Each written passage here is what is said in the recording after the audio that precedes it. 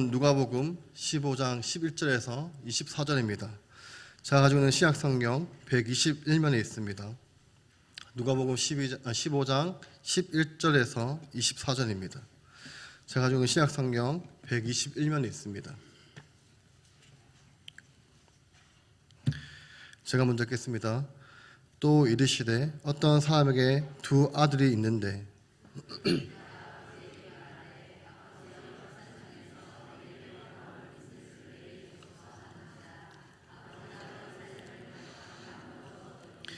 그 후 며칠이 안 되어 둘째 아들이 재물을 다 모아 가지고 먼 나라에 가 거기서 허랑방탕하여 그 재산을 낭비하더니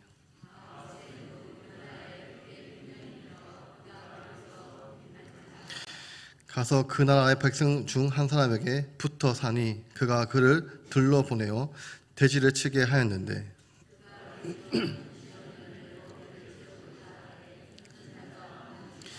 이에 스스로 돌이켜 이르되 내 아버지께는 양식이 풍족한 품꾼이 얼마나 많은가. 나는 여기서 줄여 죽는구나.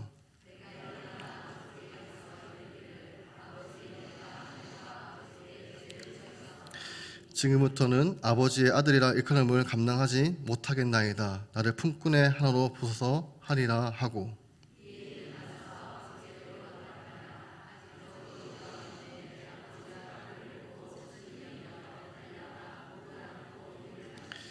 아들이 이르되 아버지 내가 하늘과 아버지께 죄를 지었사오니 지금부터는 아버지의 아들이라 일컬음을 감당하지 못하겠나이다 하나.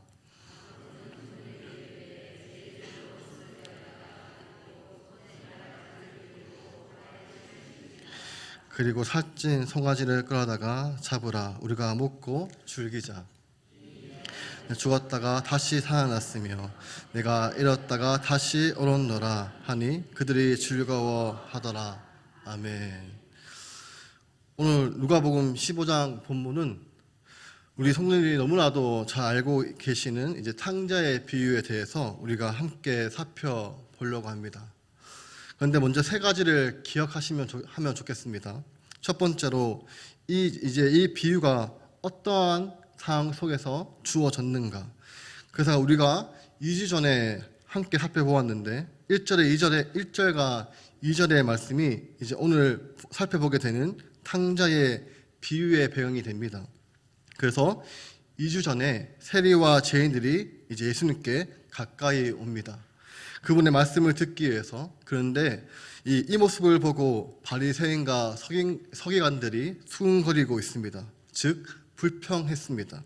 죄인들을 영접하고 그들과 함께 식사 교제를 나누고 있다라고 수군거리고 비난하고 있는 이런 상황에서 이제 예수님께서 세 가지 비유, 오늘 마지막 탕자의 비유까지 말씀을 하십니다. 그리고 두 번째로 기억하셔야 되는 것은 2주 전에 살펴보게 된 비유는 이제 잃어버린 양을 찾는 목자, 그리고 잃어버린 이제 은전을 찾는 한 여인에게 대한 비유의 말씀이었습니다. 여기서 초점이 찾으시는 분에게 있습니다. 찾을 때까지 찾는 목자, 찾을 때까지 찾는 여인, 그래서 찾는 분에게 있었습니다. 그리고 이 두 가지의 비유를 통해서 우리를 찾을 때까지 찾으시는 하나님의 사랑에 대해서 함께 살펴보았습니다. 그런데 오늘 세 번째 비유는 초점이 잃어버린 자에게 있습니다. 그래서 잃어버린 자가 어떤 행동을 하는가 대해서입니다. 이제 마지막 세 번째로 기억하셔야 되는 것은 예수님의 이 비유 가운데 탕자는 한 사람이 아니라 두 사람이라는 것을 꼭 기억하셔야 합니다. 그래서 오늘은 11절부터 24절까지 한 아버지에게 두 아들이 있었는데 둘째 아들, 집을 나간 둘째 아들에 대해서 같이 살펴보게 되고 다음 주에 살펴보게 될 25절부터 마지막 절까지는 집 안에 있는 탕자, 즉 첫째 아들에 대해서 우리가 살펴보게 될 것입니다. 그러므로 이 비유는 두 탕자, 집 밖에 나간 탕자와 집 안에 있는 탕자. 그래서 지금 말씀의 배경을 통해서 보시면 둘째 아들은 예수님께 돌아온 세리와 죄인들의 여기에 해당이 되고 집 안에 있는 탕자는 첫째 아들은 이제 바리새인과 서기관들이 여기에 해당이 될 수가 있습니다. 그래서 먼저 이런 내용을 기억하시고 이제 11절을 보시면 예수님께서 비유로 하시면서 한 사람에게 두 아들이 있었다. 이제 12절을 보시면 둘째가 아버지한테 참 무례한 요구를 합니다. 그 요구의 내용은 아버지의 재산 중에 내가 도와올 분깃, 이것은 아버지가 돌아가실 때 그때 유산을 자식들에게 물려주는데 그때 물려준 그 재산을 말하고 있습니다. 그런데 그 재산을 지금 나한테 주십시오. 이렇게 아버지한테 무례한 요구를 합니다. 여러분, 이 같은 둘째 아들의 요청은 당시의 관습으로 보면은 이 패륜적인 행동이었습니다. 왜냐하면 유산을 미리 달라는 것은 단순히 돈을 달라고 하는 것이 아니라 아버지가 빨리 죽기를 바란다는 저주와 같은 의미도 있기 때문입니다. 그래서 아버지가 죽으면 어차피 내 것이 될 돈 미리 주시고 이제는 아버지뿐만 아니라 아버지하고 관계되는 집, 이 집하고는 관계를 끊고 살겠습니다. 이처럼 참 무례하고 충격적인 요청을 하게 됩니다. 그런데 그때 아버지의 반응, 우리 성도님들이 만약에 아버지라고 하신다면 어떻게 하시겠습니까? 정말 엄청 맞아야 되지 않겠습니까? 소위 때려서라도 단념을 시키거나 아니면 해유를 하거나 아니면 연습기간을 갖거나 뭔가 이런 행동을 해야 할 텐데 이 비유에 나오는 아버지는 어떻게 하시나 그 살림을 각각 나눠줍니다. 여러분, 앞에서는 분깃으로 표현이 되어 있는데 여기에는 살림으로 번역을 하고 있습니다. 근데 여기 이 살림은 번역된 헬라어 단어는 비오스라고 해서 그 뜻은 생명을 말합니다. 그래서 그 생명을 각각 나누어 주었다. 여러분, 아버지께서 나눠주는 분깃은 그것은 생명이 담겨져 있는 생명같이 소중한 그 분깃, 그 살림을 이제 나누어 주었다는 것입니다.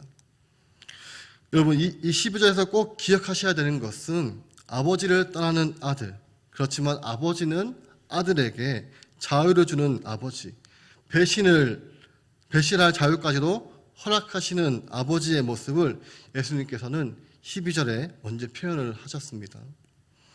계속해서 13절을 보시면 떠난 아들의 행동이 나오는데 첫 번째가 그 후 며칠이 안 되어서 둘째 아들이 재산을 다 모았습니다. 여러분, 12절과 13절의 재산의 차이가 무엇입니까? 12절의 재산은 아버지의 것이었습니다. 그런데 13절의 재산은 이제 둘째 아들 것이 되었습니다. 이제 유산을 받으니까 자신의 것이 된 이 돈을 다 모아가지고 이것은 내 것이다. 여러분, 타락한 인간이 가장 많이 표현하고 있는 중에 하나가 인간의 불행의 근원이 되는 표현이 바로 이것은 내 거다라는 것입니다. 그리고 이제 두 번째로 먼 나라로 갑니다.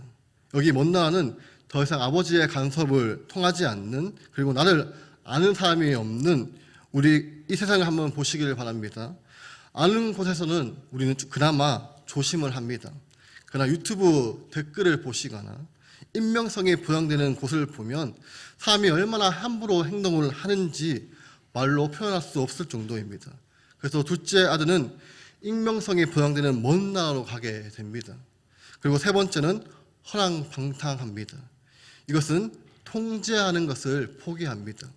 자신의 욕망을 더 이상 통제하지 않습니다. 자신이 가지고 있는 모든 것을 내가 원하는 대로 오직 나만을 위해서 사용하는 내 뜻대로 사용하는 것, 이것이 바로 허랑방탕입니다. 그리고 재산을 다 사용하게 됩니다. 13절에서 예수님께서는 집을 떠난 아들의 모습을 세 가지로 설명을 하셨습니다. 모든 것이 내 것이다 라고 하면서 간섭이 없는 먼 나라로 가서 자신의 욕망을 통제하게 하지 않으면서 오직 자신만을 위해 모든 것을 사용했습니다. 그래서 어떠한 분은 13절을 통해서 이 아들은 세상을 사랑했다라고 합니다. 세상을 사랑한 아들. 하지만 14절을 보시면 세상은 언제까지 그를 사랑했는가? 그 아들이 돈이 풍족할 때까지만 세상은 그를 사랑했습니다. 이것은 지금도 똑같습니다. 세상은 언제까지 우리를 향해 사랑을 베풀어 주나, 우리가 이용 가치가 있을 때, 그것이 돈이든 외모든 권력이든 우리가 이용할 가치가 있을 때 우리를 사랑하지만 그 이용한 가치가 사라지게 되면 세상은 우리를 외면합니다. 그래서 14절을 다 없어졌습니다. 그때 어떤 일이 생겼나? 그날에 큰 흉년이 들었고 그는 비로소 궁핍해졌습니다. 이제 그는 궁핍하기 시작합니다. 여러분 14절에 참 의미 있는 말씀인데, 그는 욕망을 통제하지 않았을 때, 즉 그가 모든 것을 소비했을 때 그의 삶에 어떤 일이 생겼나? 통제할 수 없는 재앙이 그의 삶에 닥치기 시작했다는 것입니다. 이것은 여러분, 우리가 살고 있는 이 세상에도 우리는 흔히 이것을 볼 수가 있습니다. 우리가 가지고 있는 재산, 우리가 가지고 있는 욕망을 통제하지 않았을 때 이것은 끝이 있고, 그 끝이 온 후에는 어떠한 일이 생기는가? 통제할 수 없는 재앙이 우리의 삶을 닥치기 시작합니다. 그리고 15절을 보시면 그 아들은 삶이 무엇으로 바뀌었나? 그 나라 백성 중 한 사람에게 붙여 살게 되고 그는 둘러보내서 돼지를 치게 되게 됩니다. 여러분 15절을 통해서 그는 무엇으로 전락하나? 그가 먼 나라에 갔던 이유는 단 한 가지였습니다. 자유 때문이었습니다. 내가 하고 싶은 것을 내 마음대로 할 수 있는 것이 바로 먼 나라였습니다. 그는 자유를 찾아서 아버지의 집을 떠나 바로 먼 나라로 갔지만 돈이 떨어지자 그 자유로운 땅에서 그는 역설적으로 노예가 되었습니다. 그는 노예가 되었고, 그리고 어떻게 되었냐면 그는 돼지를 치게 되었습니다. 여러분, 유대인들에게 돼지는 두 가지를 상징합니다. 하나는 부정을 상징합니다. 내게 기록된 부정한 가축을 대표하는 것이 돼지였습니다. 또 하나, 돼지를 가까이 한다는 것은 무엇이냐? 타락을 상징합니다. 부정과 타락, 그것을 상징하는 것이 돼지인데, 그 돼지를 치는 품꾼으로 그는 전락하게 되었습니다. 결론적으로 돼지를 치게 되었다는 것은 우리로 말하면 역겨운 일을 하게 되었다는 것입니다. 더 쉽게 이야기하면 소위 막장의 인생이 되었다는 것입니다.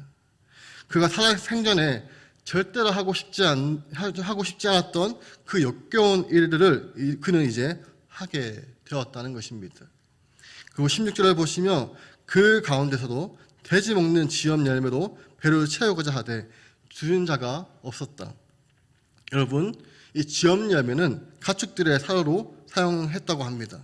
하지만 기근이 심하면 이것이 가난한 사람들에게 식용으로도 사용이 되었습니다. 그래서 지엄 열매는 결국 무엇을 말하나? 이 모진 가난을 상징합니다. 그는 모진 가난에 빠져서 돼지가 먹는 가축을 위한 사료도 그에게 주는 사람이 없었습니다. 여러분, 아버지 집을 떠나서 허랑방탕했던 둘째 아들, 그 아들에게 주어진 삶의 모습은 무엇입니까, 여러분? 짧은 기쁨이 끝난 후에는 그는 통제할 수 없는 재앙이 그의 삶에 닥치게 되었고, 또 그는 자유를 누렸던 땅에서 노예로 전락하고 그는 역겨운 일을 하게 되었을 뿐만 아니라 거기서요 모진 가난으로 말미암아 먹을 수 없는 그런 삶을 둘째 아들은 삶을 살아가게 되었다는 것입니다. 여러분, 이제 13절부터 시작해서 16절까지 요약을 하면 아들은 세상을 사랑했습니다. 그러나 세상은 아들을 사랑하지 않고 외면했습니다. 여러분, 이것을 꼭 기억하셔야 합니다. 세상을 사랑하는 아들, 외면하는 세상. 여러분, 이것이 우리가 살고 있는 이 세상의 모습입니다. 여러분, 자유를 위해, 기쁨과 쾌락을 위해 우리가 세상을 사랑하지만 세상은 우리를 외면합니다. 이제 17절 보시면 이렇게 모진 가난한 역겨운 삶에 떨어졌던 둘째 아들. 그런데 여러분, 이 고난이 주는 한 가지 유익이 있는데 바로 우리를 생각하게 만든다는 것입니다. 그래서 이 탕자의 비유에서 가장 중요한 표현 중에 하나입니다. 이제 스스로 돌이켜 이르되, 이것을 문자적으로 하면 이제 자신에게 돌아왔다. 더 쉽게 말하면 제정신을 찾았다입니다. 비로소 정신을 차렸다. 여러분, 고난이 우리에게 주는 정말 귀한 유익 중에 하나가 바로 우리로 하여금 정신을 차리게 만든다는 것입니다. 자신을 돌아보게 만든다는 것입니다. 자신을 돌아보게 만들어서 깊은 생각을 하게 만든다는 것입니다. 그런데 그 생각의 내용이 무엇이냐면 아버지의 집과 지금 그가 살고 있는 세상에 대해서 그는 비로소 정신을 차려서 바른 인식을 하게 되었다는 것입니다. 그가 이제 품꾼으로서 돼지 먹는 지엄염에도 주는 이가 없는 모진 가난에서 시달릴 때 그에게 생각이 난 것이 무엇입니까? 그가 아버지 집에 있을 때 그 집에 있었던 품꾼들이었습니다. 그 품꾼들의 모습이었습니다. 자기가 처했던 모습을 보면서 기억이 났다는 것입니다. 그가 아들이었을 때에는 한 번도 진지하게 생각하지 않았는데 자기가 돼지가 먹는 지엄열매로 먹지 못하는 그 품꾼으로 떨어졌을 때 아버지의 집에 있었던 품꾼의 모습이 생각이 나면서 그 품꾼들의 풍족한 양식을 먹고 있음을 알게 되었습니다. 그러면서 이제 그는 아버지의 집에서 새롭게 생각을 하게 됩니다. 그것은 과거에 자신에게는 억압의 땅이었습니다. 자유를 통제하는 억압과 통제하는 땅이라고 생각했고 그곳에서 벗어나는 것이 구원이라고 생각을 했는데 이제 그가 정신을 차리고 보니까 자신의 현실과 아버지에 있는 품꾼들의 비교를 해보니 아버지의 집이 바로 행복의 근원이 되었다는 것을 그는 비로소 깨닫게 되고 그것이 억압과 통제의 땅이 아니라 참된 자유와 풍성함이 있는 땅이었다는 것을 알게 되었다는 것입니다. 그리고 지금 자기가 서 있는 곳이 이 먼 나라가 자유의 땅이 아니라 행복의 땅이 아니라 자기를 죽이는 죽음의 땅이라는 것은 그는 깊이 깨닫게 되었다는 것입니다. 그래서 이어지는 18절을 보시면 이런 깊은 생각과 인식 가운데서 그가 행동하기로 결심을 합니다. 내가 일어나 아버지께로 가겠다. 지금 죽어가고 있는 자신의 삶, 그래서 가장 근본적인 원인은 나의 실패, 나의 무능력, 세상의 차가움 그런 것들을 다 떠나서 가장 근본적인 원인은 아버지의 집을 떠났다는 것입니다. 나의 무능력, 나의 연약함 정도가 아니라 바로 내가 이 행복의 근원이 되는 아버지의 집을 떠나 있었구나. 그래서 그는 결심한 것이 내가 일어나 아버지께로 가겠습니다. 입니다. 지금 내 삶이 아무리 만신창이가 되어서 죽어간다 할지라도 바로 아버지의 집에 가면 나는 살아날 수 있다. 그래서 그는 아버지께로 가기로 결심하고 이제 아버지를 만났을 때 그가 하게 될 이야기를 미리 준비하게 됩니다. 두 가지를 준비하는데 아버지, 내가 하늘과 아버지께 죄를 지었습니다. 한마디로 하면 제가 잘못했습니다. 제가 아버지, 하늘과 아버지께 죄를 지었습니다. 그리고 두 번째 이렇게 고백을 합니다. 19절입니다. 지금부터 아버지의 아들이라 일컬음을 감당하지 못하겠습니다. 나를 품꾼으로 하나로 보십시오. 이렇게 말하겠다라고 그는 결심을 하게 됩니다.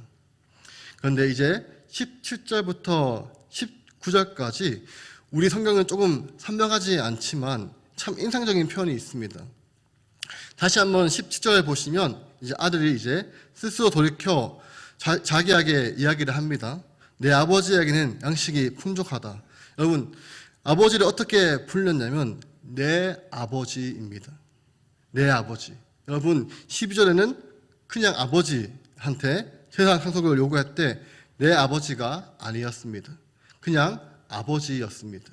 그리고 이제 다시 18절에 보시면 내가 일어나 아버지께로 가서라고 되어 있는데 원문을 보시면 내 아버지께 가서라고 되어 있습니다. 그래서 나는 내 아버지에게 가겠습니다.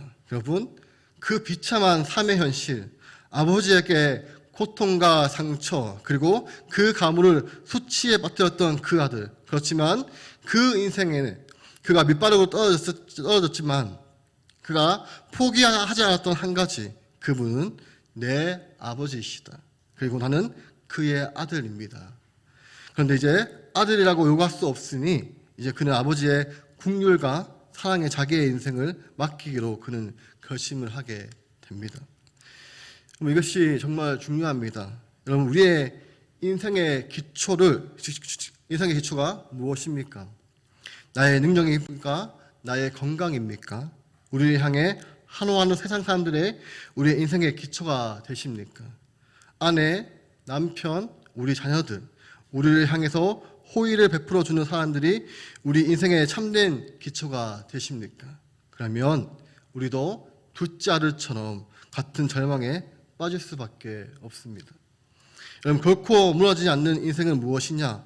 우리의 인생의 기초를 예수님을 통해 보여주신 하나님의 은혜와 사랑과 국률이 우리 인생의 참된 기초가 될 때, 맡기게 될 때, 그때 구원의 문이 열려지게 되어서 우리의 인생은 결코 무너지지 않는 인생으로 살아가실 수가 있습니다.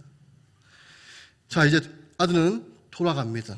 그런데 중요한 것은 아버지의 반응입니다. 20절을 보시면 이제 아들은 돌아가는데 아직도 거리가 먼데 아버지가 그를 보게 됩니다. 여러분, 참 여기서 거리가 먼데 이 멀다 이것은 아까 전에 아들이 먼 나라하고 같은 단어입니다. 아들은 아버지를 안 보기 위해서 멀리 갔습니다. 그런데 아버지는 멀리서 거리가 먼데도 아버지는 그를 보고 그를 지극히 여겼습니다. 여기 지극히 여긴다, 헬라어 단어 스플랑크 니조마이. 이 스플랑크 니조마이는 내장으로부터 솟아나는 불쌍히 여기는 마음을 말합니다. 비슷한 의미로 사자성어로 표현하면 단장지혜라고 할 수 있습니다. 단장지혜는 창자가 끊어지는 아픔을 말합니다. 그래서 창자까지 연락일 정도로 마음이 아파서 견딜 수 없는 그 국리한 마음으로 어떻게 했는가? 달려가 목을 안고 입을 맞추게 됩니다. 여러분, 이 행동 속에 담겨져 있는 것이 무엇입니까? 그 아들을 받아들이고 용서해 주시는 사랑을 이제 아버지께서 베풀어 주시게 됩니다. 이제 21절을 보시면 그 아버지를 향해 아들이 이야기합니다. 아버지, 내가 하늘과 아버지께 죄를 지었사오니 지금부터 아버지의 아들이라 일컬음을 감당하지 못하겠습니다. 여기까지 이야기합니다. 여러분, 이 이야기가 끝나자마자 22절입니다. 아버지는 이제 종들에게 명령을 해서 좋은 옷과 손에 가락지와 발에 신을 신기라고 명령을 합니다. 그런데 이제 20절부터 22절까지를 통해서 이 성경학자들의 관심은 무엇이냐면 순서입니다. 순서. 지금 둘째 아들이 아버지를 향해 회개하였을 때, 내가 하늘과 아버지께 죄를 지었습니다, 나는 아버지 아들이라 자격이 없습니다 라고 회개하였을 때, 그때 아버지가 환대와 사랑을 베풀어 주셨습니까? 그렇지 않습니다. 환대와 사랑이 먼저입니다. 아들이 돌아왔을 때 아버지는 이루 말할 수 없는 사랑을 통해서 아들을 환대하고 용서해 주시는 하나님의 놀라운 사랑을 그에게 베풀어 주었습니다.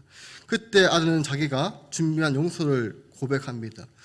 다시 한번 21절을 보시면 아들이 준비한 용서를 다 하기도 전에 중간에 중단이 되고 맙니다. 원래는 어디까지 가야 합니까? 저를 품꾼으로 삼아 주십시오. 여기까지 준비했던 말인데 아버지께서 그 말을 막아버리셨습니다. 그 아들의 말을 막아버리고 22절에 어떻게 하십니까? 종들을 시켜서 제일 좋은 옷과 반지와 신을 신기라라고 명령을 합니다. 여러분, 아들은 돌아왔습니다. 돌아온 아들, 그리고 아버지는 어떻게 했습니까? 기다리는 아버지. 여러분, 아들은 돌아왔고 기다리는 아버지는 멀리서 먼저 아들을 알아차리고 그에게 이루 말할 수 없는 사랑을 베풀어 주셨습니다.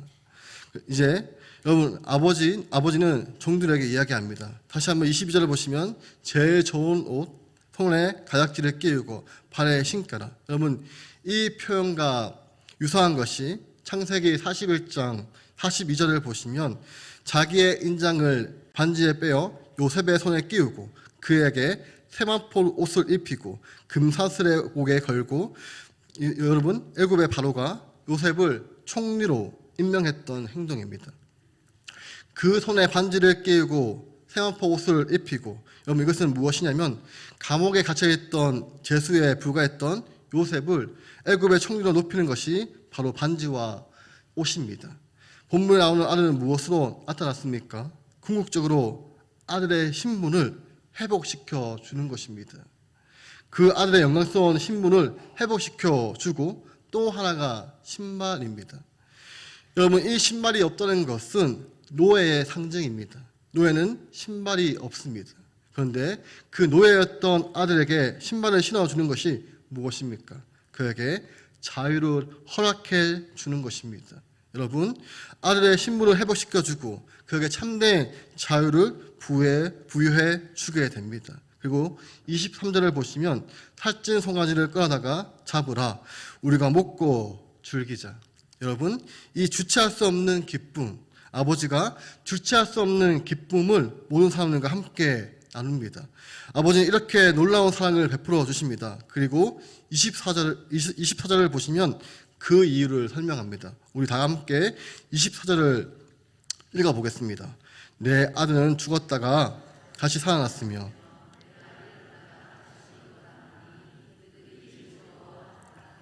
아멘. 여러분 이 마지막에 아들의 모습은 어떤 모습으로 돌아왔습니까? 모든 것을 다 허비한 초라한 인생으로 아버지께 돌아왔습니다. 그런데 아버지는 그에게 무엇을 베풀어 주셨습니까? 모든 은혜와 사랑을 그에게 다시금 베풀어 주셨습니다. 여러분 허비한 사람에게 한없는 은혜와 사랑을 다시금 베풀어 주시는 하나님, 바로 이분이 누구신가? 우리를 향해 초청하고 계시는 살아계신 하나님이시고 우리의 아버지이십니다. 여러분 꼭 기억하셔야 되는 것은 하나님의 놀라운 사랑, 여러분 우리 인생의 기초를 어디에 둘 것인가? 모양은 다르지만 나 자신의 능력, 세상 사람들의 한영, 내가 가지고 있는 부귀영화에 내 인생의 기초를 두게 되면 언젠간 우리도 이 둘째 아들처럼 무너질 날이 옵니다. 그러나 우리들의 인생을 둘째 아들이 마지막에 의지했던 변하지 않는 하나님의 긍휼, 변하지 않는 하나님의 풍성한 사랑을, 또 변하지 않는 하나님의 놀라운 능력을 우리 인생의 기초를 삼고 지금 우리가 어떠한 상황에 놓여져 있든지 그 하나님께 우리의 인생을 드리는 것이 무엇일까요? 여러분 이것이 바로 믿음입니다. 그 믿음, 우리들의 인생을 그 주님의 변함없는 은혜와 사랑과 능력의 내 인생의 기초를 두게 될 때 우리의 삶에는 다시금 하늘의 문이 열려지고 우리는 하나님의 딸과 아들이라는 건설을 갖게 되고 참된 자유를 갖게 되고 아버지의 집에서 이 풍성함을 누리는 바로 복된 삶을 우리 성도님들이 살아가실 수가 있습니다. 여기 앉아있는 모든 성도님들께서 모두가 하나님의 은혜와 하나님의 놀라운 사랑을 우리의 인생의 기초를 삼으셔서 어떠한 상황에 놓여져 있든지 간에 아버지께 돌아와서 아버지 품에 안길 수 있는 우리 구미동부교회 성도 여러분들이 되시기를 주님의 이름으로 축원합니다. 기도하겠습니다. 하나님 아버지, 우리가 정신을 차리고 아버지께 돌아갑니다. 아버지 집에 있는 그 참된 풍성함으로 우리를 채워주십시오. 그리고 하나님, 우리의 인생의 기초를 나의 능력과 나의 건강 그리고 나의 건세가 아니라 하나님의 변함없는 사랑과 은혜와 긍휼이 내 인생의 참된 기초가 되게 하여 주옵소서.